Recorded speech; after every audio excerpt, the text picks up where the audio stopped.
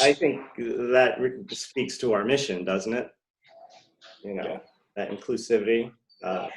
One of our leaders is a black hole. I actually, hold on, let me find it. I did make. Still that.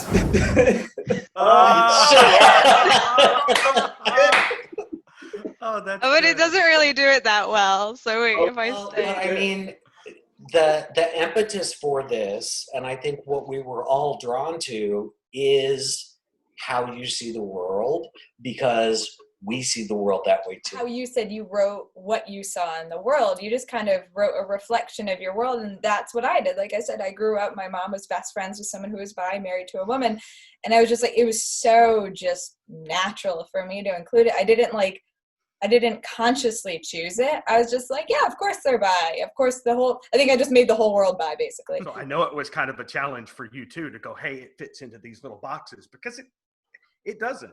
It's unless dark. you set out to make it fit in boxes, it doesn't.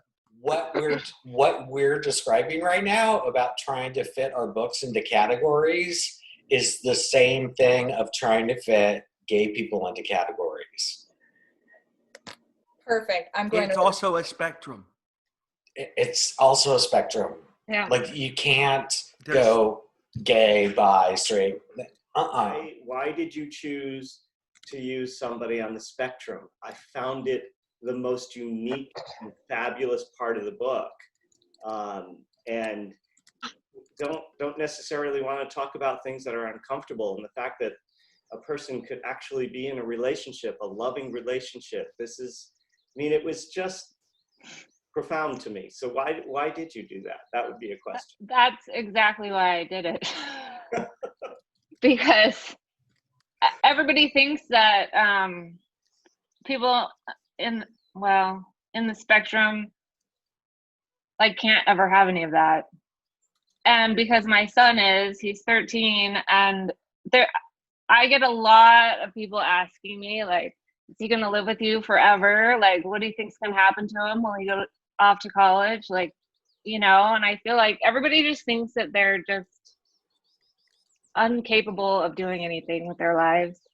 What makes it different, at least in my mind, is that I really believe that when you have experienced some sort of oppression, or you've been marginalized in some way, that it doesn't necessarily happen, but it can make you more compassionate and more sensitive to other people who experience struggle in any way. And for me, that's pretty much I think that's why I'm a good teacher. I think that's why I'm a good writer. I try to connect with people because I see the struggle. And when we, as a community, have experienced such marginalization, and we look out with open eyes, we want to help anyone. We want to support everyone, right? And I think that's where queer indie comes in, right? Not in our even general category. It's, hey, we're all writers, and we all have this book to promote. And if we help each other, people will see our books, and we'll all get some benefit out of it. Yeah, right. I know. Romance, right? Why? What interested you about that? I just like the dynamic better. I hated reading romance books, male, female, that were just oh, she needs saving. He saved her. It's so, every book's the same. Yep. I hated that. And so it's just, yeah, I just prefer the I apparently just want to kill people. Kill people and have sex? Yeah, totally. I can relate. I don't see why not. It's just this isn't who I am, and people weren't seeing it, so I was like, I'm just gonna not kind of put my face on.